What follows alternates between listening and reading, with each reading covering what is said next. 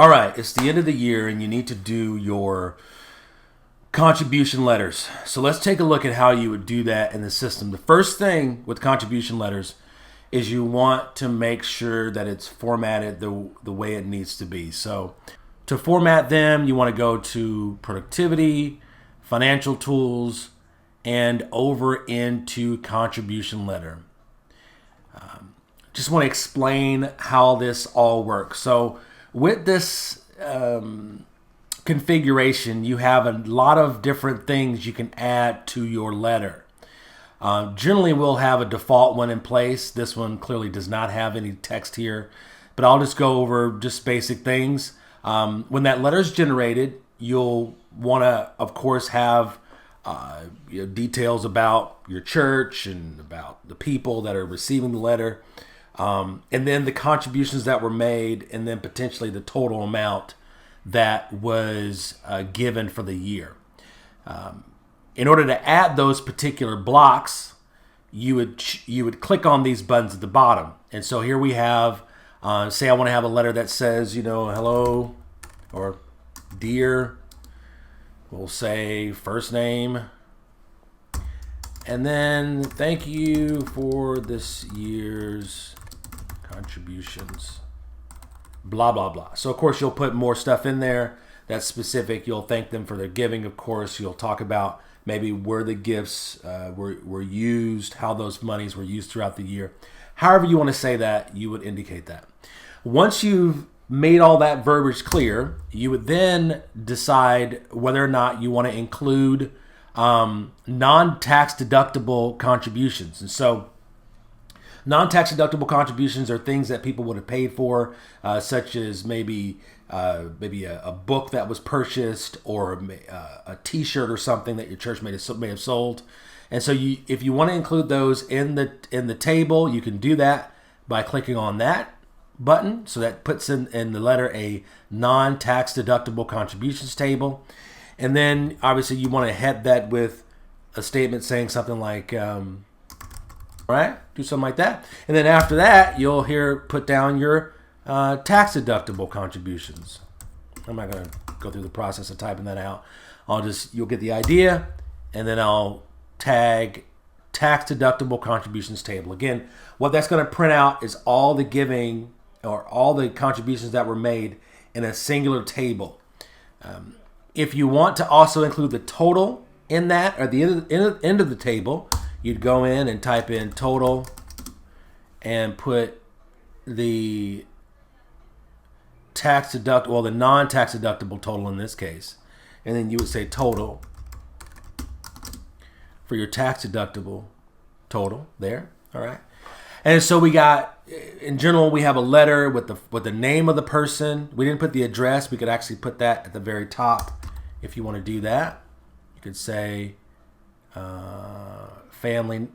Well, you put family name, and then put the mailing address. You can also put the family address, whatever data you're keeping up with and you've connected it to. The family address would obviously be the address associated with the family.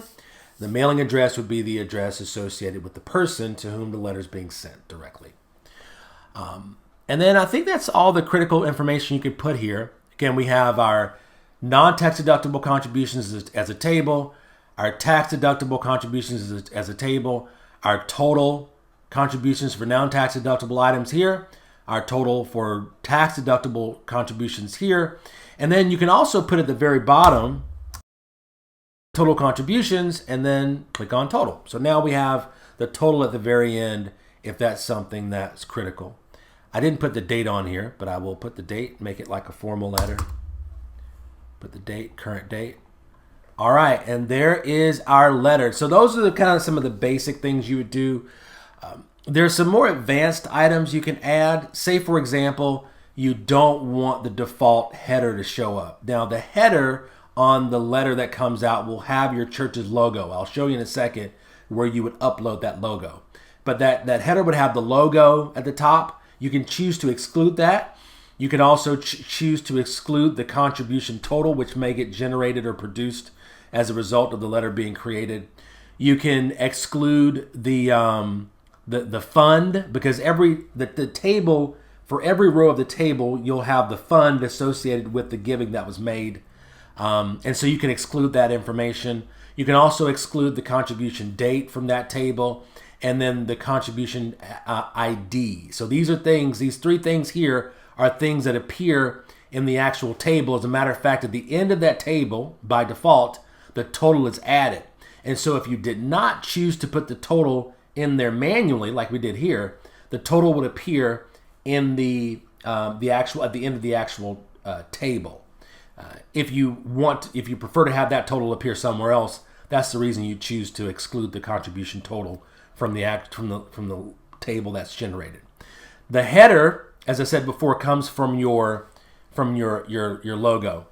But before I jump into that, let me explain how you would add these exclusions. So the exclusions can be placed at any point in the letter. You can, if you click on it, it'll put it there. You see them loading in there. Now, these will not show up actually in the letter once it's printed. When you add them to the bottom of the letter, they are used as instructions to the processor to tell it how to handle the information that's in the letter that you've generated. And so I'm going to save this. I've excluded everything. The reason you would exclude the header is because you may want to have your own custom header in this template. Notice that this is a what you see is what you get editor, and so you have the ability to put your own header at the top that's customized with all kinds of graphics or anything using these tools that are in the WYSIWYG. I won't demonstrate that, but you get the idea. So I'll save that. And then I'm going to show you where you can add your logo. So I'm going to go to System Settings. From System Settings, I will go to Image Settings. And this is where the banner image is. So whatever banner image is displaying here, that's the image that's going to show up in your letter once it's printed. That is generally it. Thank you for watching.